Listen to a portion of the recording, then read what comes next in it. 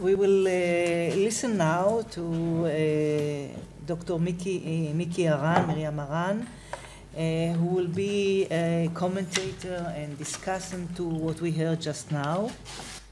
I will present Dr. Haran. She is the head of the MBA Environmental Management Program of Ono Academic College. She serves, that's important, on the board of Israeli Chemicals Ltd, ICL, Israel's largest chemical company. And she serves as director also in the major Israeli recycling company of electrical and electronic equipment waste, WEEE. Dr. Haran got her PhD in chemistry, organic chemistry from Brandeis in Massachusetts, USA. And she served as numerous scientific, corporate, and public organizations. She was the chair of the Israeli Consumer Council, environmental consultant to Eilat Ashkelon Pipeline, board member of an environmental services company, board member, so on and so forth and so forth. She was a senior researcher at the AY laboratory, but the most important, she was the legendary CEO of the Minister of Environment for how many, 10 years? As a CEO, only 3.5 years, but I was in the ministry for 10 years. And she made a difference. So please, Miki. Okay. Do you want me to take one? Podium? Podium? Okay. You have PowerPoint too? No. Just comments. I don't know which side to sit and watch. I'm not exactly sure what is Discussant, what is his, what's my task here, but first of all, thank you very much for inviting me. Thank Van Leer Institute, Haran Center, and this NGO, the founders of this seminar. And I want to say that kind of I was amazed by your presentation, because I think you can't compare it to Israel. It's very different. The size of the country, the problems, the kind of government, it's very different.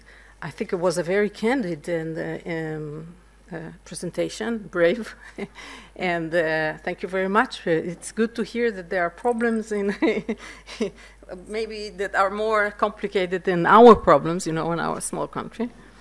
And of course, Tzipi's presentation, I have to say that I know more or less because what her point of view, because in the 3 years from 2003 to 2006, where Eti was a member of the parliament and Tzipi was the head of the most important NGO, environmental NGO, I was the CEO of the ministry.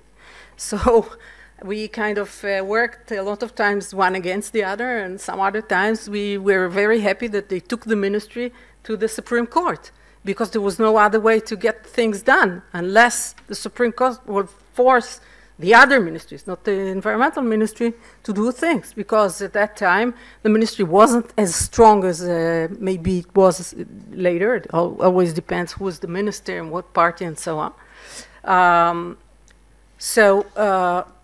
Actually, in those 3 years, the coastal law passed. We took out the fishing cages from Eilat Bay, this craziness. You have fishing cages in one of the most beautiful places in the world, in a tiny place, with all the dirt that came from them, all the sewage and so on. And the third thing was Chiria. At those 3 years, actually what we managed to do is defend that park. It's called today Ariel Sharon Park. And the pressure from entrepreneurs was amazing. So I thought it's important to mention those things, because actually I have experience both in the government and in the private sector. and many different tasks. And I think I have a kind of my own view of how things should be done. It's not simple, and obviously there is no one solution. What I think is, from what I've heard from the two presentations, is actually there is no one solution. You cannot say privatization is wonderful, and you cannot say privatization, forget about it, we should be against it. And you have to check each case separately. And what I want to do is give you some examples, especially examples that were mentioned here or something similar to it, so that I can explain what I mean. Before that, you know, when I teach the students about natural resources, I bring the names of Eleanor, right? The two names, Eleanor Osborne got her Nobel Prize in 2009, and in 1990, she actually published how common pool resources, which is natural resources that belong to everybody, how they should be managed. She called it governing the commons. So there are rules there, and actually the very logical rule that they make sense, and I think they also say the same thing in a way. If you look deep into it, you cannot have one rule for every case. There are at least 8 things that you have to look through. Of course, participation of the stakeholders is always one of the main principles. So that goes to what you were suggesting, actually her suggestion too, but it's not the only one, because whatever you said fits maybe to renewables, but when you talk about not renewables, the other kind of electricity, you cannot really involve the people in building it. You can involve the people in other ways, but not in building it. That's too complicated. You need somebody to govern it. And I think the other name is the Garrett Hardin, who talked about the tragedy of the commons, 1968. I mean, it's a long time ago. But he also talked about the commons, and he said, you have to go to, in some cases, to the private sector. There's no other way to do things. But you have to make sure that you govern it, that you have control. And I think that this, in general, is what I think should be done. And I'll try to give examples from what I've heard and other things that similar to it. And maybe I'll start with small, simple examples and go at the end, talk about ICL as well, maybe at the end. Not too much, of course, but I'll say something. Let's start with the coastal law, the coast. There is no question that there is no way you can privatize the coastal. What I mean is it has to be open. There's no way it belongs to the public. It should be open.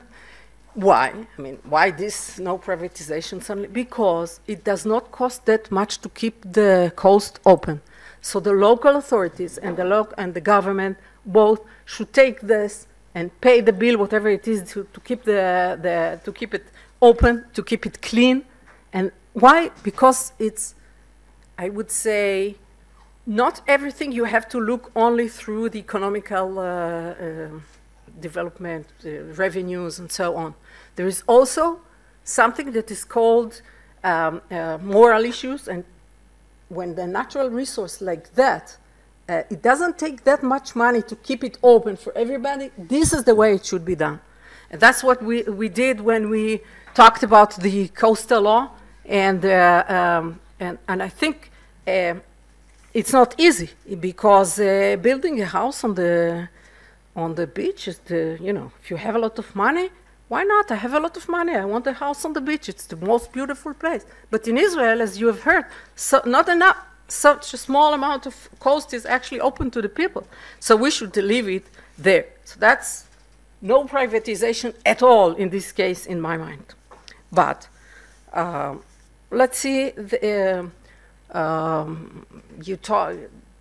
You were talking about environmental impact assessment. You know that I was in Angola in those countries, the environmental impact assessment is actually used for the money, the government to get money. I mean, you buy if you want to build something, you do an environmental impact assessment, then you pay to the government, and then you get your environmental impact assessment. This is not the situation in Israel, but actually we are so, the country is so overpopulated. Not so many businesses, and definitely industry is not being built in the last few years, so it's not as important. But that's not the case in Israel, obviously. But you said that the private company is checking the environmental impact assessment, if I understood what you were preparing and checking. Government is checking. No, the government. Fine, then that's at least that. In Israel, it's the same thing. But it's the same thing. I mean, whoever wants to have an environmental impact assessment usually goes to a private company. I don't think it's so bad, as long as the government is doing its job. Now, let's see. We have now a new emission license. The government, the Ministry of the Environment, the Environmental Protection Ministry, took a private company to check it, not to write it for the company. That what the company is doing, it's their own business. Nobody cares if they do it by themselves or they take over. But the government took a private company to check it. And I think this is wrong. On the other hand, I think they had no choice. Not enough people, not enough money. They simply did not have a choice. So they said, what are we going to do? Do nothing? It's worse. So we'll take a private company, which means that the knowledge, it's a new law. So it's all new, and it's a lot of information, and all the knowledge is going outside of the ministry. So that's bad. But, on the other hand, doing nothing is not a good idea either. So I hope that this at least will change after 1 year, 2 years, when they learn how to do that. Hopefully it will change, and that's privatization that we can somehow accept, at least for a while. Then, I sit on a board of company that kind of regulate the environment, regulate the electronic and electrical waste recycling. That means it's not doing it herself, but it's recognized by the government, and it deals with making sure that the equipment is taken and it's being recycled, and then they tell the government what is going on. And since the government wanted to have it privatized, there was a tender. There were 2 companies that were chosen. And I have to say that in general, a private company works much better than the government. If we don't talk about kickbacks and things like that, usually that's the situation. In Israel, before I go back to my example, I want to say that in general, that's true. At least in our experience, we remember that we had in governmental companies, a lot of influence from politicians, a lot of people that employed because they are close to whatever, and it's not efficient as it should, and a lot of the people are getting more benefits than what they should, a lot of the workers, and at the end, I remember when I was a kid, I'm old, most of you young, or at least part of you, we had to wait 3 years to get a telephone line. No, didn't work. The system didn't work. And in many of the government companies, you had people that were there because of politicians. Now they want to do that in the ministries. I heard that they want to put the deputies to the CEO. Also, that the minister will come and appoint somebody. Not somebody who comes from the ministry. I don't know. It's a suggestion. I don't know if it's going to happen or not. But then you take completely the professionality of the people who are working in the ministry. So that shouldn't be done. It's terrible. But of course, in a governmental company, that was the situation. ICL, many other companies before they were privatized. Back to the company that recycles the electronic equipment.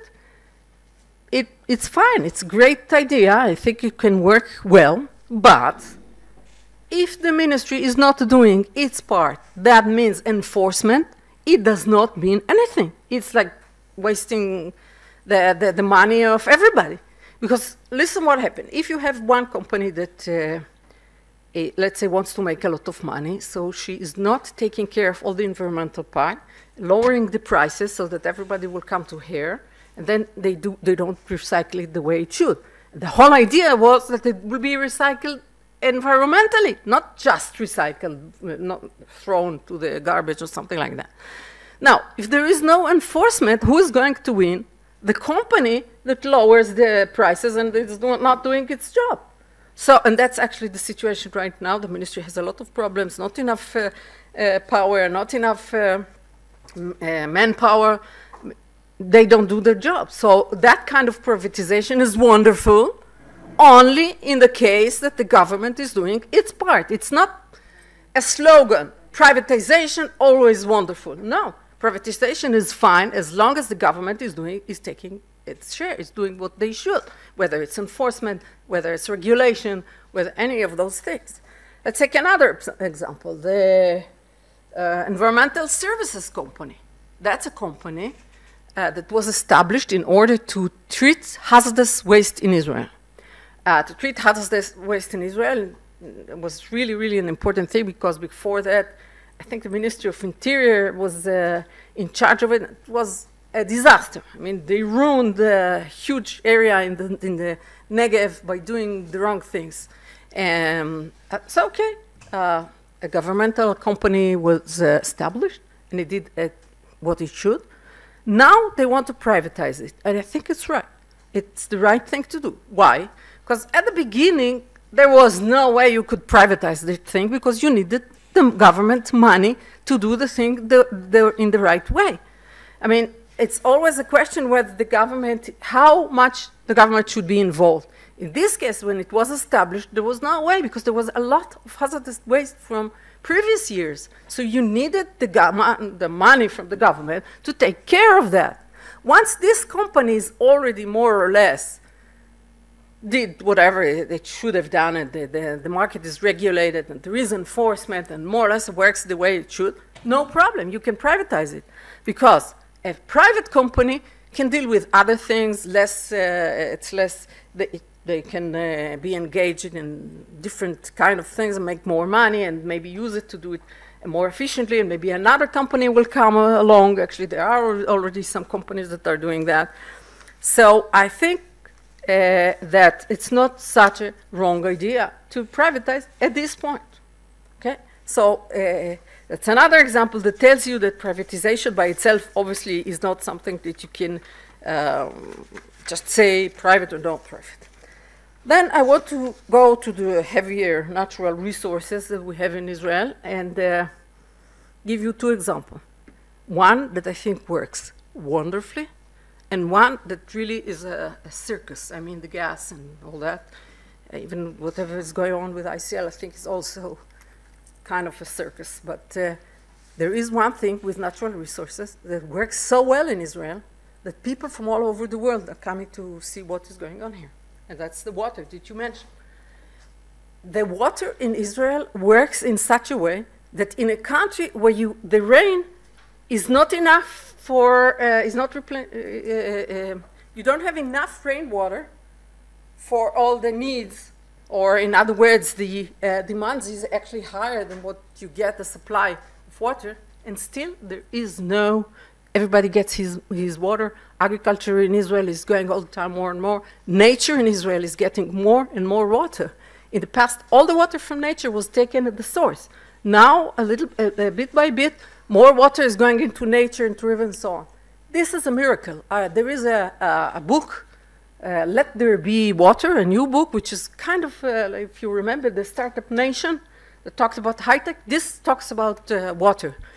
Actually, I think tomorrow there's a water conference. People are coming from the United States, from developed countries, to see what happened in Israel, that although we don't really have water, there's nobody is, yes, we have enough water. it works well because I think there was a right balance between privatization and government control. And if we look back a little bit to the past, let's see what. It was in the ministry, actually it's the same ministry. What is called? Energy infrastructure. They changed the name all the time. Infrastructure, energy. Same ministry. They're water, gas. Yes, energy, same ministry. What happened is that they actually slowly, they took it out of the ministry. First it was a commissioner, the water commissioner, which is a little more, has more freedom than a government ministry. Then it changed to an authority, which has even more. Also, they had their own research. I don't know, it's part of, they have their own research units in the ministry that deals with water, hydrological research center, and they employed actually a lot of researchers over the years. And then, what did they do? They privatized, as you said, the unions, the water unions. True, it's not a perfect, it's not perfect. They wanted to have 5 unions and we have 55. So that's obviously not the right thing to go. But at least it was privatized. Before that, it was part of, or unionized in the way that before that it belonged to the city, to the municipality, and the money was not used back again. Was not used for the what it should. So that didn't work well. And then, of course, the desalination. All the desalination privatized in a way, and at the right time, because there was a lot of pressure. Do you want something from me? No? You wanted to ask something? Time? No? Please Okay. make it just about the gas, because we cannot leave it like this. Okay, just I want to make sure that you understand that my view, where I say that you cannot generalize. In the water, something worked very well, and this is between privatization and government control. And when you go to the gas, it's impossible. Why? And not because I think I'm against. There is no way you can deal with the gas in Israel without privatization. The amount of money, not only that you have to put in the beginning, but you have to understand that if you don't privatize it later on, you waste a lot of money. Because the government companies and the government, they don't work as well and efficient as the private sector. So when you need to invest such a huge amount of money, you need to privatize. The thing is, you have to do it in an orderly way. You have to know what you want. You have to have guidelines. You have to have limitations. You have to say what is allowed and what is not allowed. And there is one thing that industry cannot have is changing the rules every other day. You need to give, if you decide to privatize, and you have to say for 5, 7, whatever period of time, no major changes. These are the rules, this is what we're going to do, this is the amount of money that we're going to take, and stand behind it. Yeah, an industry cannot live when you change the rules every other day. You know, with ICL, it's 3 years now that every half a year there's something new. Okay, a country definitely can change the rules, but it has to be clear. It has to be clear, because otherwise, if you don't have that, privatization will not work. And one more thing, in which I'll finish. You said that the government always look at they make a lot of money from privatization because they get a lot of money from the company. That's also wrong. A government should not look at the money that she's getting. Let's take the highest amount of money that we can from the industry, because there is a limit. At a certain point, it actually works against the public interest, because the public interest is not money in the government in huge amounts. The public interest is that the industry will work the way it should, and the benefit will be for everybody. in the right way, not just take from the top and leave the industry to pollute. Okay, I will stop here. Thank you, Miki, for all your